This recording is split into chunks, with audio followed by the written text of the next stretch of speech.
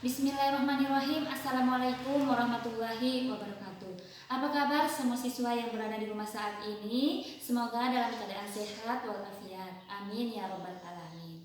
Baik, di sini kita akan mempelajari mata pelajaran PPKN. Tetapi sebelum mempelajari mata pelajaran ini, marilah kita berdoa terlebih dahulu. Ayo kita berdoa sama-sama ya. Bismillahirrahmanirrahim. Raditu billahi robba wa bil islami dina wa bi muhammadin nabiyya wa rasula. Rabbi sidni ilman warzuqni fahman. Amin.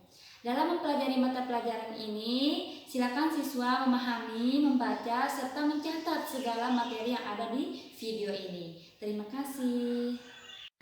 Baik, kepada siswa kelas 8 kita akan lanjut materi sub 2 atau minggu kedua tentang makna Pancasila sebagai dasar negara dan pandangan hidup bangsa.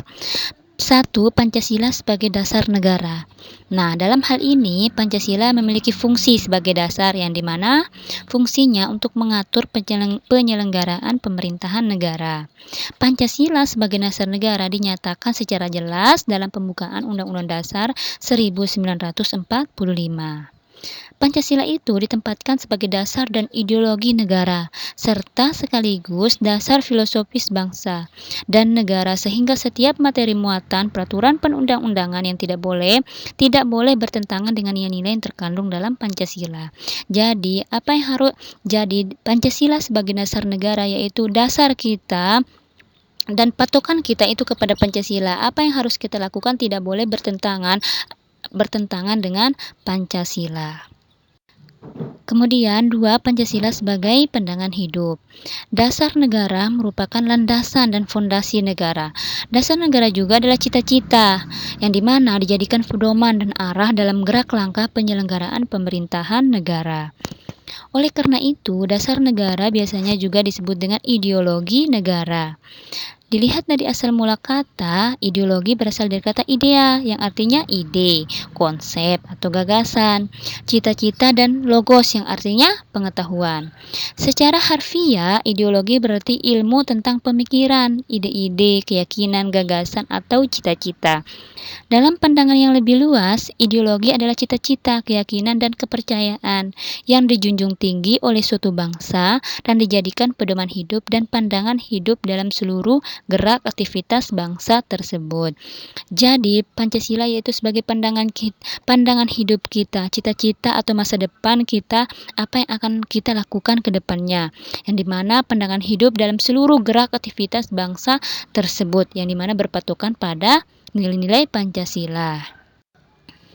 3. Arti penting Pancasila sebagai dasar negara dan pandangan hidup. Bagi bangsa Indonesia, Pancasila dijadikan sebagai dasar negara dan pandangan hidup bangsa.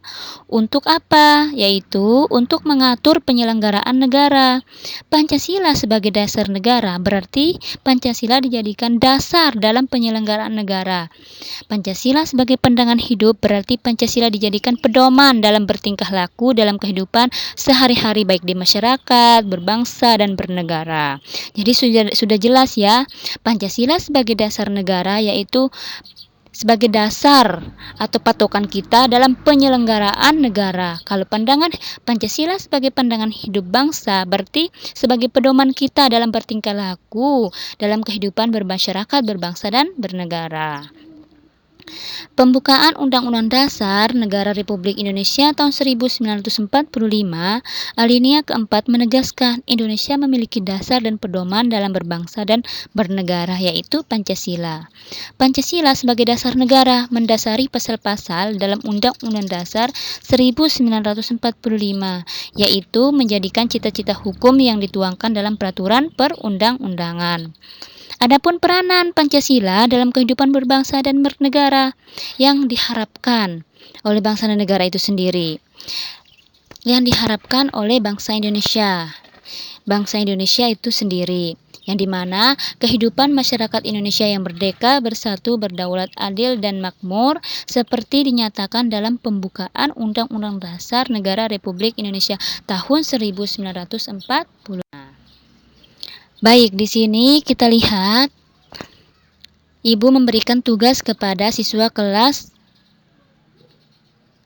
8 ya. Mohon maaf salah tulis di atasnya tugas kelas 8 ya.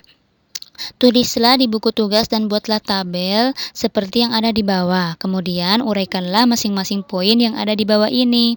Jangan lupa tugas kalian difoto dan kirim ke WA Ibu Rina secara pribadi, atau bisa upload tugasnya di aplikasi siswa yang telah disediakan. Ini ya contoh, ini ya tugasnya, silakan diisi uraiannya sesuai dengan aspek informasinya. Baik, mungkin sampai sini dulu materi yang bisa Ibu jelaskan. Kita tutup dengan membaca doa kafaratul majelis. Bismillahirrahmanirrahim.